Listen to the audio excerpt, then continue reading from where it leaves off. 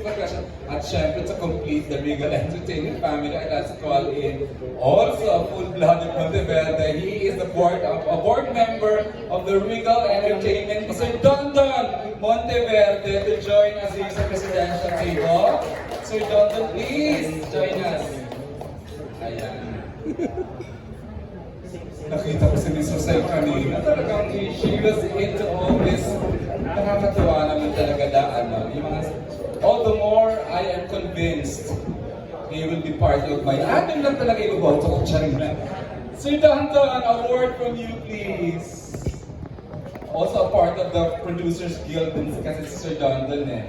Message lang po sa mga nandito kay Future Senator Avalos. Thank you sa pagdala niyo dito.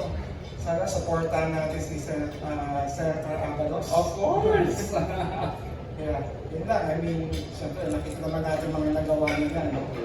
Kaya mga accomplishments niya, and I think it speaks for itself. Thank you, sir. Ayan, ang ganda ng photo op. Okay, kanina I spoke to him. Sabi ko, he is also a producer, and sabi ko, can you speak in behalf of the Producers Guild? Sabi niya, pwede bang ako na lang as a producer and an industry person? Direct Percy has something to say. Direct Percy, please, a word or two from you. Okay, kaya ako nandito kasi I heard that there's a press con for Senator Avalos. Sabihin ko lang yung experience ko, the few times na may encounter kami, nagsimula yan ng fluvial parade ng MMFA. And I must say, sabi ko nga, go tayo dito kahit it sounds really parang mag-work ba to? Umuulan? Nasa ilog tayo? But I really appreciate it na nakahanap ng solusyon. Hindi pwede magkaparate eh, di ba? And there's no other way to do it. So, go kami, di ba? And from that point on, naisip ko na, if there's a man na willing to try out new things, we should support. Di ba? Kasi may ginagawa to solve the problem. Tapos, next na kakasama kami ni Sek is for the producers na when we were lobbying for support for the industry kasi the industry really needs help. Na-appreciate ko na nakikinig talaga siya. Inintindi niya lahat ng problema. Hanggang magkasama kami sa LA, naglalakad na lang siya sa kotse dahil pagtanong sa akin kung ano yung mga problema. So, kaya, I mean, tinanong nga ako na kanina to talk for the industry. I'm going to go beyond it. Kasi alam na namin that we're in good hands with Senator Avalos. Ang maganda is that I think what we have here is a man of action. Na it will go beyond. Kung may problema, alam kong makikinig, iintindihin at action. So, we have our support. Okay, thank you, Sir Percy.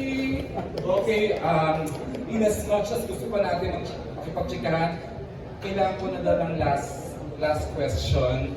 I think I understand Ray Pumaloy, who is a 45-year sa industriya.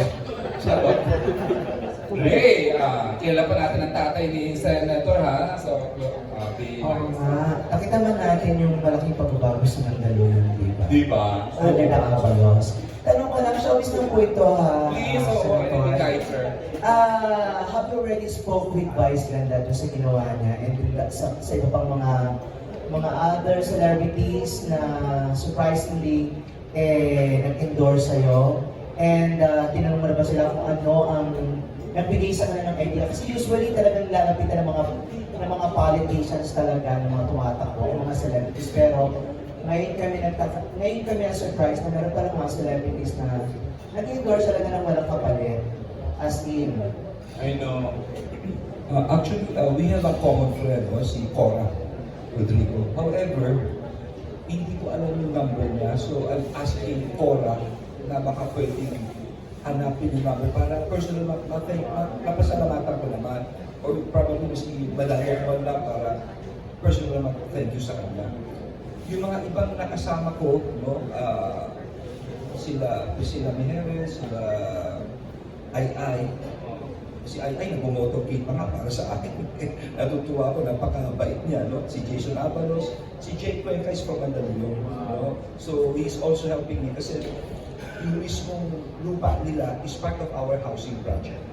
So, ini-endorse niya ako as part of that. Bea Santiago, nakapagpasalamat na ako sa kanila. Si Kim Rodriguez, salamat din ako sa kanya, nakasama ko sa Bicol. At marami pang ilan. Kaya nakakatuwa yung number of endorsements. Yung housing project po nung kay Jay Cuenca, yung time ba na wala pa siya sa showbiz or? Tingin ko bata pa siya nun dahil lola niya kausap ko nun eh. Ang ginawa ng lola niya, kasi may mga matagalang informal settlers doon. So ang ginagawa ko as mayor, kung mag-iipon ako ng pera, binibili ko ito. At yung mga nakatira doon, pinapatayuan ko, ito pera lang namin ng 4-story building. Ahatiin ko ngayon, tapos uhulugan ngayon nila to in 30 years nang halos walang interest. Yun ang housing project namin yun. So yung lupang yun, halos bigay na rin ng lola niya.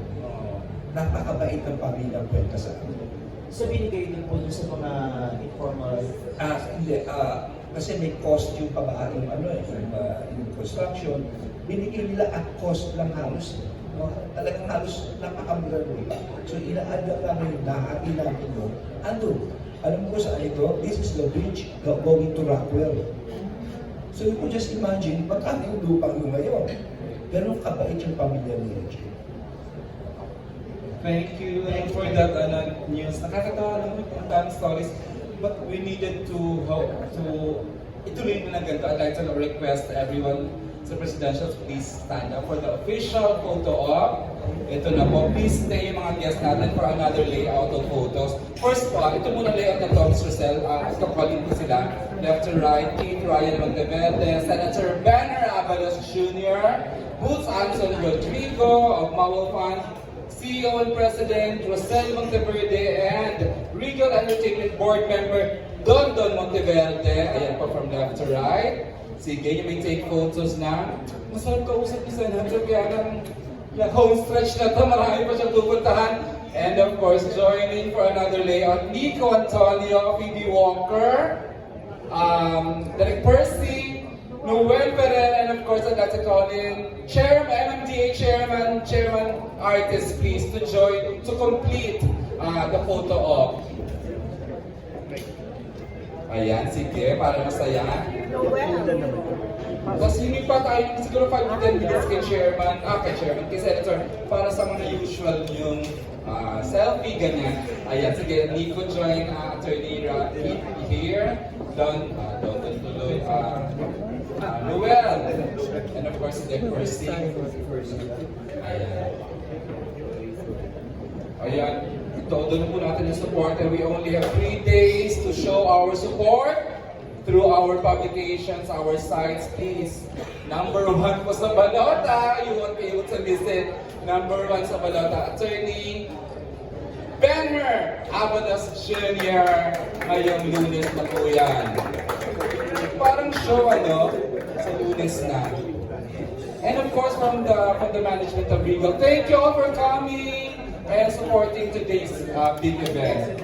I understand si Bibi can still make Chika, si Nico, and Tita Books, and everyone else. Again, thank you all for coming to this